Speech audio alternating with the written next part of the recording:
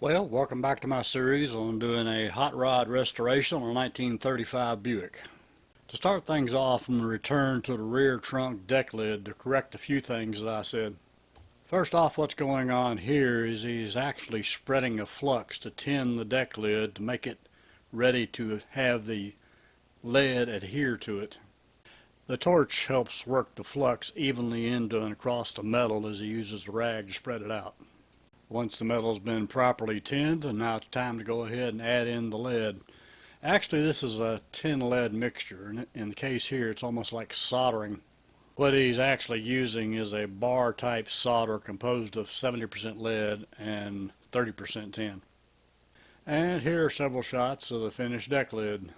The holes are for mounting the rubber trim, which hasn't been purchased yet. And as you can see in these shots, it's completely primed, completely finished. The woodwork, as shown in a previous video, is also finished except for drilling the holes and notching it out the way it's going to actually attach to where the trunk lid goes. While this deck lid is finished, the car on which it's going to go on definitely isn't, and we'll get into that in a later video, but there's an awful lot of work that's got to be done in the trunk area. Next on the agenda was to remove the rear fenders. This was done for multiple reasons. Definitely had some rust damage to inspect and repair, both in the body and in the fenders. Removing the fenders was just the best way to expedite inspection and repairs. As you can see here, rust was obviously present, indicating leaking inside the trunk, and a quick Bondo job was done around the one and only rear taillight. In 1935, they only had one taillight, and obviously this one had undergone some considerable repairs in the past. The passenger side rust degradation was considerably worse than the driver's side, and we're definitely going to look at that a little bit later on in this video.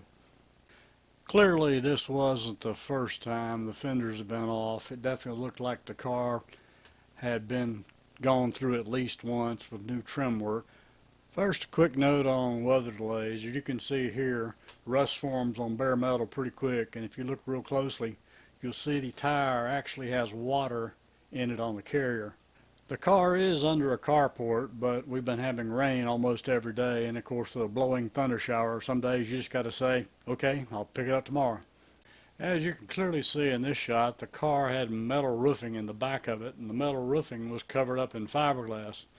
So after you strip out the fiberglass, then you get to strip out the metal roofing, and then you get to see what you've got left. A previous owner had definitely fell in love with corrugated metal roofing to cover up the rust damage, and then covered it all up with fiberglass. So the plan here is to first go ahead and cut out all the old corrugated roofing, and then cut out all the old fiberglass, and then see where you go from there. And as you can see, the rust damage was considerable.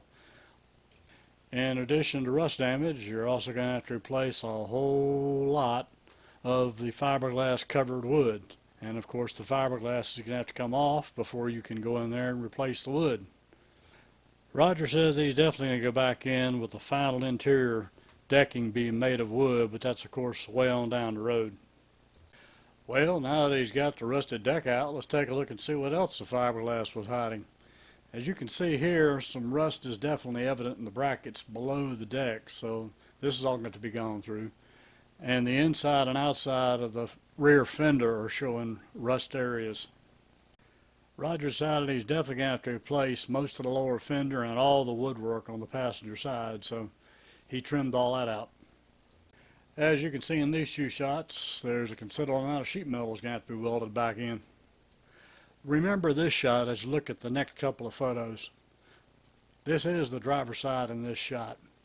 Note that the bracket and the wood in this case are both rusted up pretty bad. Roger decided he's going to go ahead and take a piece of 2-inch by 1-inch rectangular tubing and then weld a piece of plate in to take place of the actual bracket.